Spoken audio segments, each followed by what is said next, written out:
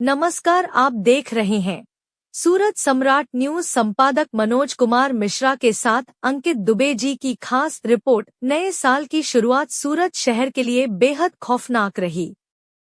लिंबायत थाना क्षेत्र में 24 वर्षीय युवक जयेश पटेल की चाकू से गोदकर बेरहमी से हत्या कर दी गई। बताया जा रहा है कि हमलावरों ने जयेश के पेट पर कई वार किए, जिससे उसकी मौके पर ही दर्दनाक मौत हो गई। घटना के बाद पूरे इलाके में दहशत फैल गई और लोगों में भारी आक्रोश देखने को मिला। परिजनों का आरोप है कि 31 दिसंबर की रात पुलिस नशे में धुत लोगों पर कार्रवाई में व्यस्त थी। उसी दौरान असामाजिक तत्वों ने इस वारदात को अंजाम दिया। परिवार ने विशाल वाघ, राकेश गोरख समेत 8 लोगों के खिलाफ हत्या का आरोप लगाया है। पुलिस की शुरुआती जांच में मामला पुरानी रंजिश से जुड़ा बताया जा रहा है।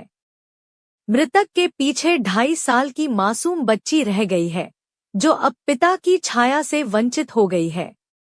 घटना की सूचना मिलते ही पुलिस मौके पर पहुंची। शव को पोस्टमार्टम के लिए भेजा गया है और आरोपियों की तलाश में छापेमारी जारी है। हम आपको इस मामले से जुड़ी हर अपडेट देते रहेंगे। चैनल को सब्सक्राइब करें, वीडियो को लाइक करें और खबर को शेयर जरूर करें। जी, मारू नाम सागरबी सालुंके छे।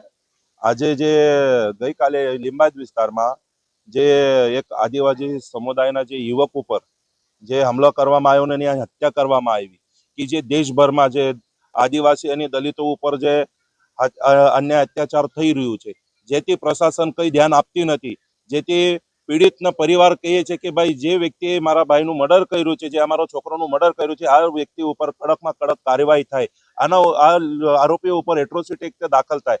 પણ છતાં જે તંત્રના અધિકારીઓ છે આના ઉપર કઈ ધ્યાન આપતા નથી। કેવી રીતે ચાલી રહ્યું છે દેશભરમાં કે જેથી દલિત પીડિતોને ઉપર જ્યારે અન્યાય અત્યાચાર થાય ત્યારે સુધી કોઈ આવતું નથી। આની ખોટી રીતે જેથી ગરીબના યુવકોને મારવામાં આવે, આની હત્યા કરવામાં આવે તો પણ તંત્ર ઊંઘેલું હોય। આના પાછળ કોનો હાથ છે? જેથી સરકારને અમે સદર રજૂઆત કરીએ છીએ કે આદિવાસી અને દલિતો ઉપર જે અન્યાય અત્યાચાર થાય છે આનું નિરાકરણ ક્યારે થશે? અમે આની આશ જોઈ રહીએ છીએ। પણ તો પણ અથવા જે જયેશ પટેલ ઉપર જે હત્યા કરવામાં આવ્યું છે તો અમારે બધાની એક જ માંગણી છે કે જે હત્યા કરનાર છે, જેથી આને ખબર પડે છે કે આ એક બુટલીગર છે, આનો મોટો દારૂનો અડ્ડો છે, તો પણ અથવા આ લોકોની તાકાત કઈ રીતે મળે છે? તો આવા નાલાયકો ઉપર એટ્રોસિટી એક્ટ દાખલ થાય અને આના ઉપર કડકથી કડક પગલાં ભરવામાં આવે, આવી અમને સરકારથી અને પોલીસ તંત્રથી માગણી છે। અને ગેહલોત સાહેબને નમ્ર વિનંતી છે કે લિંબાયત વિસ્તારમાં જે ગેરકાયદેસર તરીકે જે ગુંડાઓનો જે તોફાન છે આને ખતમ કરવામાં આવે અને જે બુટલીગોરો છે આને તત્કાલમાં જેલના પાછળ મૂકવામાં આવે, આવી અમારી માગણી છે।